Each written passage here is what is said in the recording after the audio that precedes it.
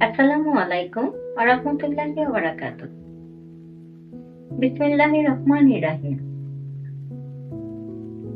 শয়তানকে আমরা কেমন ভাবে চিনি? সে কি শুধু কোনো অদৃশ্য শক্তি, নাকি তার উপস্থিতি আমাদের চিন্তাধারা, আচরণ এবং চারপাশের ঘটনাগুলির মধ্যে লুকিয়ে থাকে?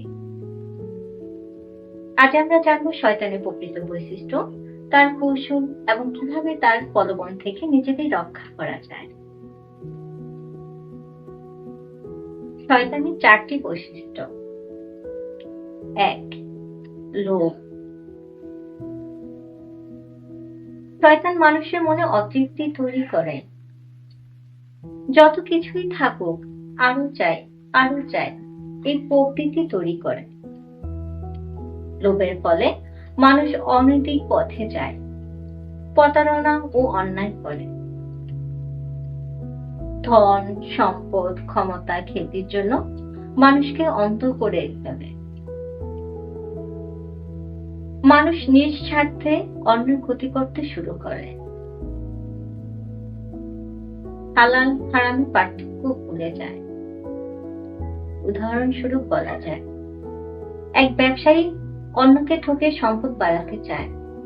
একজন রাজনীতিবিদ শুধু ক্ষমতা ধরে রাখার জন্য অন্যের ক্ষতি করে। 2. শয়তান অহংকারের মাধ্যমে মানুষকে বিভ্রান্ত করে। মানুষ ভাবে, আমি সবার চেয়ে ভালো, আমি সঠিক। সত্য জানার পরও ভুল স্বীকার করতে চায় না। অহংকার মানুষের বিনয় ও নম্রতা নষ্ট করে।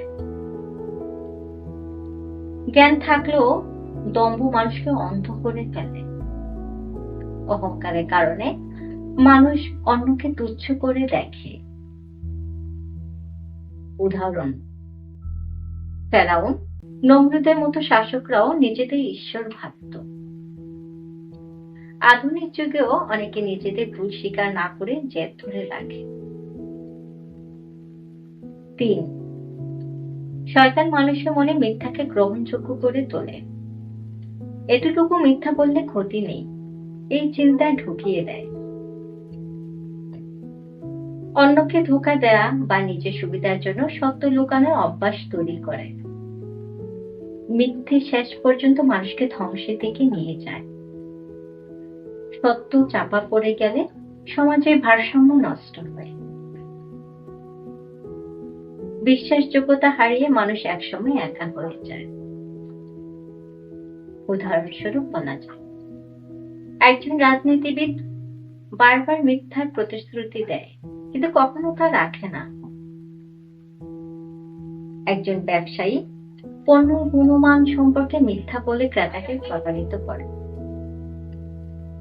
4. বিভেদ সৃষ্টি। শয়তান মানুষের মধ্যে বিভেদ সৃষ্টি করে। পরিবার, সমাজ ও জাতির মধ্যে ফাটল ধরায়। গুজব, হিংসা, বিদ্বেষ ছড়িয়ে মানুষকে একে অপরের শত্রু বানায়। দুর্বল মনোভাবে মানুষ সহজেই এর ফাঁদে পড়ে। সামান্য ভুল বোঝাবুঝিকে বড় করে উপস্থাপন করা, অন্যের প্রতি সন্দেহ তৈরি করে বন্ধুত্ব ও ভালোবাসা নষ্ট করা। উদাহরণ, সাম্প্রদায়িক দাঙ্গা ছড়ানোর জন্য ভুয়া খবর ছড়ানো হয়। অফিস বা পরিবারে কারো বিরুদ্ধে গোপনে বদনাম ছড়ানো।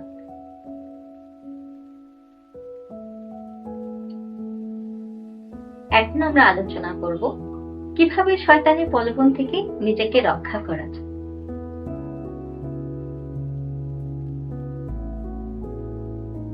নিজেকে সংযত রাখা শিখুন। লোভ ও অহংকার থেকে দূরে থাকুন। অন্যের ভালো দেখে ঈর্ষা করবেন না, বরং অনুপ্রেরণা নিন। সততা ও সত্যবাদিতার চর্চা করুন। কোনো পরিস্থিতিতেই মিথ্যা আশ্রয় নেবেন না। সত্য বলার জন্য সাহসী হন, তা যত কঠিনই হোক না কেন।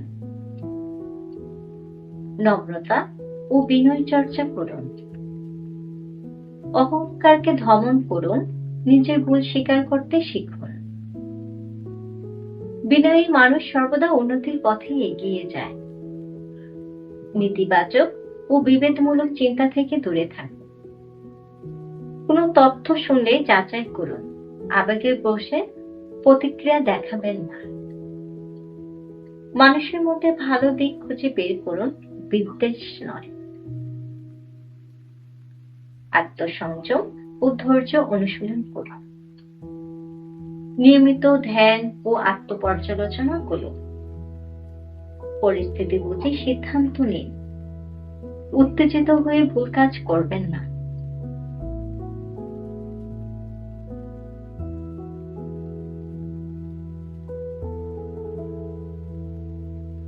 বাস্তব উদাহরণ।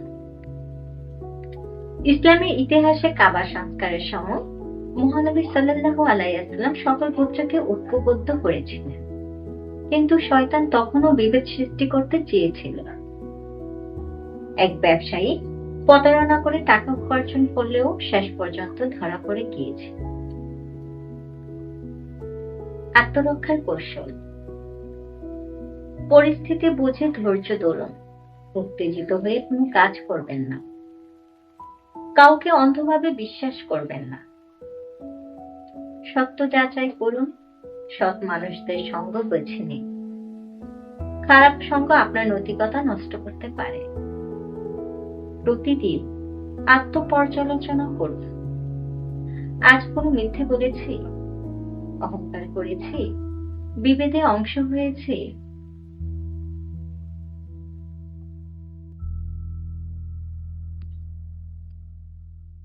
বন্ধুরা, শয়তানের বৈশিষ্ট্য আমরা জানলাম, কিন্তু জানার চেয়ে গুরুত্বপূর্ণ হচ্ছে সেগুলো থেকে দূরে থাকা। শয়তানের ফাঁদ কখনো সরাসরি ধরা দেয় না, বরং ধীরে ধীরে আমাদের মন ও চিন্তাকে কলুষিত করে।